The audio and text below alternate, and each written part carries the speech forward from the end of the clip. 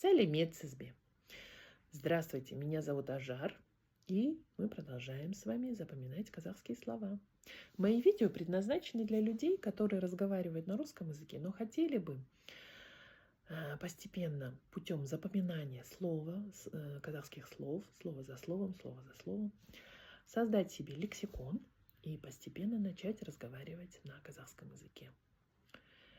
И способ, который я демонстрирую в наших видео, это очень легкий, эффективный и действующий, быстрый способ сделать это. Сегодня мы будем запоминать такое слово, как «бірлік».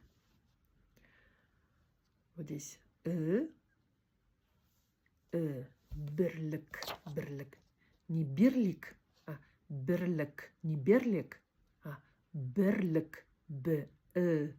«Бірлік». Это единство на казахском языке. Единство. Я подобрала вам такую картиночку, где вот люди стоят, и у них единые цели, у них единство, они поддерживают друг друга, они являются частью какого-то содружества. Это единство, это «бірлік». Можно подобрать еще вот такое. Вот такое тоже. Тоже «бірлік». То есть как бы люди объединены одними целями или там одной деятельностью, одними функциями или одними мечтами, да? Ну, они чем-то объединены. Это и есть «бірлік». Теперь, как обычно, мы составляем предложение со словом «бірлік». Когда в семье нет «бірлік», и из семьи убегает счастье, убегает богатство, убегает радость. Почему? Потому что основное, я думаю, понятие семьи – это когда есть «бірлік» в отношении целей. То есть у двоих людей, у мужа, у жены, а потом впоследствии и у детей есть единая цель. «Бірлік». «Бірлік» в отношении какой-то цели. Эти цели могут меняться со временем, но это не говорит о том, что что цель пропадает и все, «бірлік» исчезает. Нет. Одну цель добились, мы можем создать еще какую-то другую цель, но важно, чтобы в семье был «бірлік». В компании тоже, в любой компании желательно иметь «бірлік», чтобы все сотрудники компании или организации на самом деле имели в голове какую-то единую цель. Но для того, чтобы они имели какую-то единую цель, руководство должно держать их все время на цели, то есть держать их в состоянии «бірлік» в отношении цели. В Казахстане, я думаю, есть «бірлік», множество национальностей, множество народов. И у нас, мне кажется, достаточно редко бывают столкновения на национальной почве. Это мой взгляд, мне кажется так, потому что это некая всем казахстанцам присуща некая толерантность, некая, что называется, готовность, чтобы люди,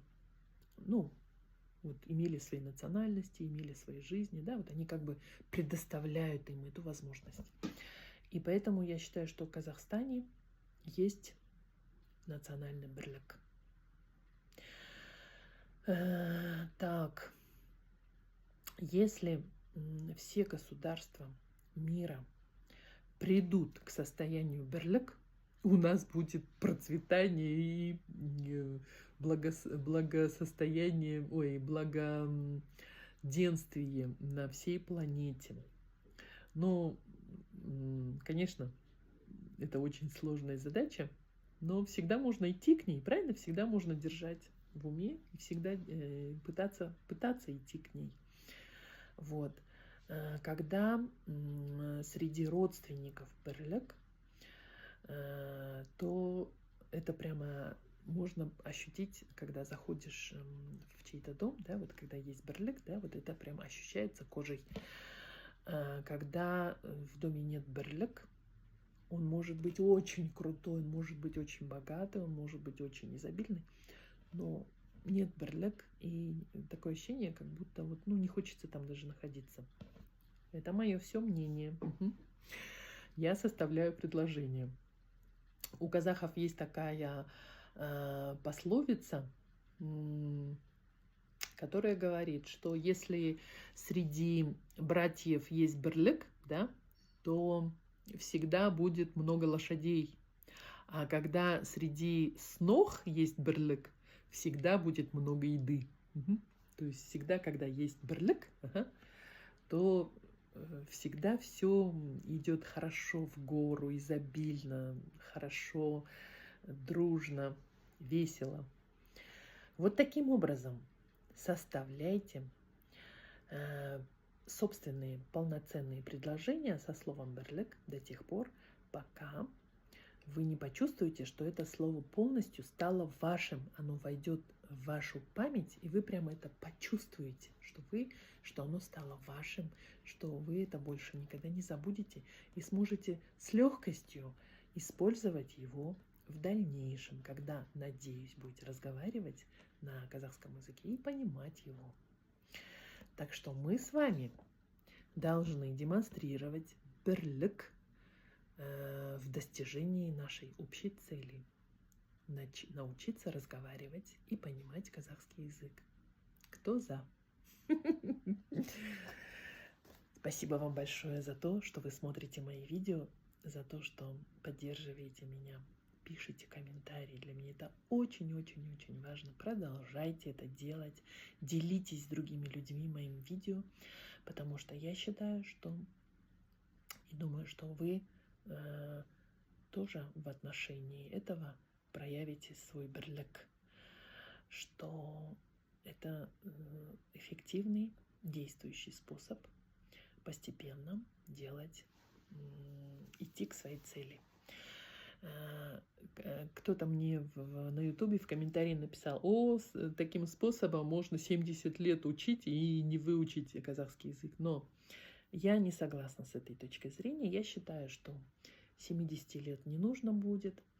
Моя задача даже не сколько наработать количество слов, которые мы с вами запоминаем, разбираем. Моя задача изменить ваше внутреннее отношение, ваше внутреннее состояние, чтобы вы уже не боялись изучать казахского языка, чтобы вам это не казалось кошмаром, чтобы вы не получали поражение от этого, чтобы вы получали победы, чтобы у вас казахский язык ассоциировался с тем, что вы получаете победы, он вам дается, и вы можете это с легкостью сделать. Поэтому спасибо большое всем и сау болыңыз. До свидания.